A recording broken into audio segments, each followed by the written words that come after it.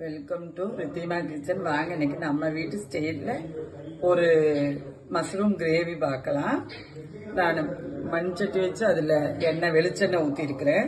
தேங்காய் எண்ணெய் 2 ஏலக்காய் போட்டுக்கிறேன்.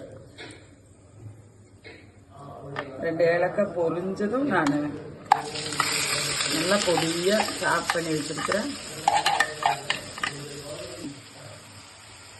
சாப் பண்ணி வச்சிருக்கிறேன். ஆனியன் போட்டுட்டேன். இது நல்லா ரோஸ்ட் ஆகட்டும்.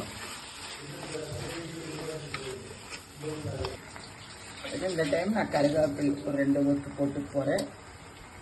கூடவே கொஞ்சம் புதினா இருந்தது, அதுவும் போட்டு போறேன். பாருங்க, நல்லா வணங்கட்டும். கொஞ்சம் ப்ரௌன் சைடு வரணும். 2 தக்காளி நான் பொடியா கட் பண்ணி வச்சிருக்கிறேங்க. அதே இதுல போட்டு போறேன்.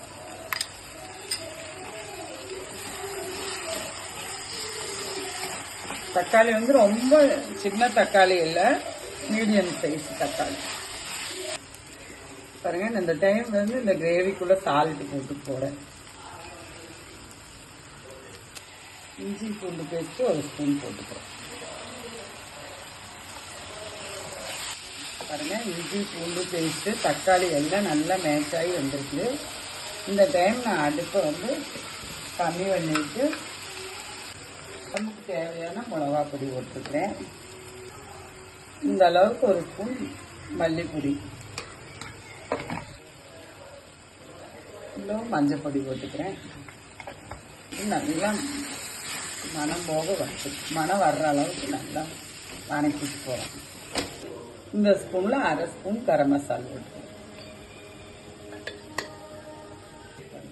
பாருங்க, இந்த ஸ்பூனில் 1 ஸ்பூன் பெப்பர் பொடி போட்டுக்கிறேன்.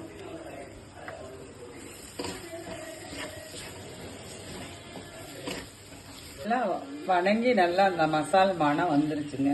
இந்த டைம் இவ்வளவு தண்ணி ஊற்றிட்டு போகிறேன். அதை அடி பிடிக்காமல் இருக்கிறதுக்கு.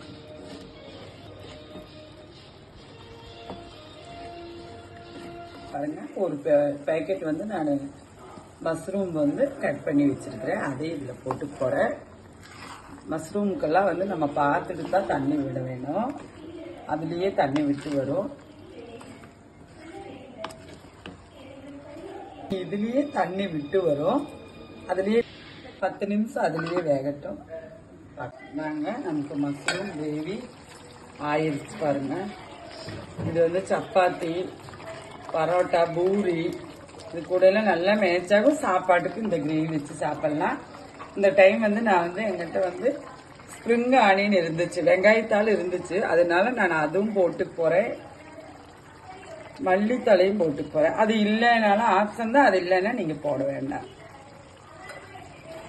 திருப்பிட்டு அடுப்பு ஆஃப் பண்ணிட்டேன். எனக்கு இந்த ஸ்ப்ரிங் ஆனியன் வேகிறதுக்கெல்லாம் இந்த பாத்திரத்தில் இருக்கிற சூடே அது போதுமான அளவு. வாங்க, நம்ம வீட்டில் சப்பாத்தி கூட மஷ்ரூம் கிரேவி சாப்பிடலாம். நன்றி, வணக்கம்.